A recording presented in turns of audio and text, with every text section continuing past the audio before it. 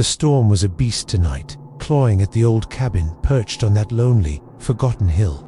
I'm Alex, a writer, and I thought this place would offer some peace, some inspiration. How wrong I was. The wind wasn't just blowing, it was screaming, a symphony of rage against the groaning wood.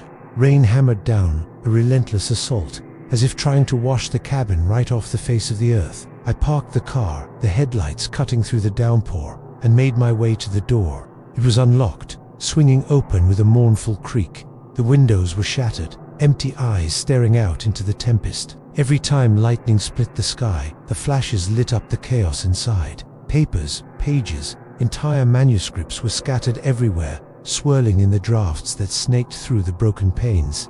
They looked like desperate letters, unfinished stories, or maybe they were warnings. I should have turned back right then, but curiosity, that old enemy of common sense, pulled me in. Flashlight in hand, I stepped over the threshold. The beam sliced through the thick darkness, dust motes dancing like tiny ghosts. The air was heavy, smelling of damp wood, old paper, and something else, something metallic and faint. Fear.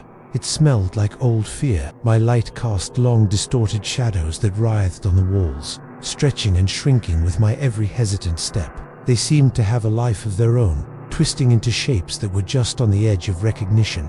Then I saw it. On a small rickety table, a single candle flickered, its tiny flame fighting against the intrusive wind. It cast a silhouette against the far wall, a dark human shape.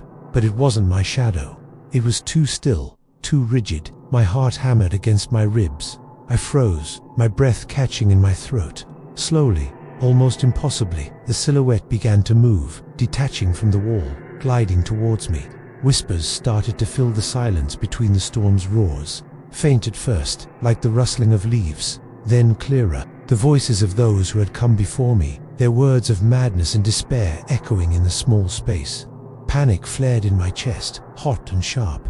I spun around, lunging for the door, for the screaming wind and the rain. Anything was better than this. But before my fingers could even touch the handle, the door slammed shut with a deafening boom that shook the entire cabin. I was trapped. I stumbled backward, my flashlight beam shaking wildly. Another brilliant flash of lightning lit up the room, and for a split second, I saw it clearly. The figure.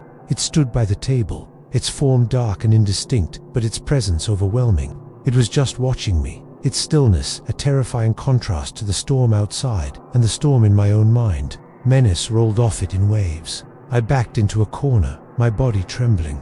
The candle on the table flickered one last time, sputtered, and died, plunging the room into absolute darkness. And in that suffocating black, a final, cold whisper slithered right into my ear. "You wrote this ending."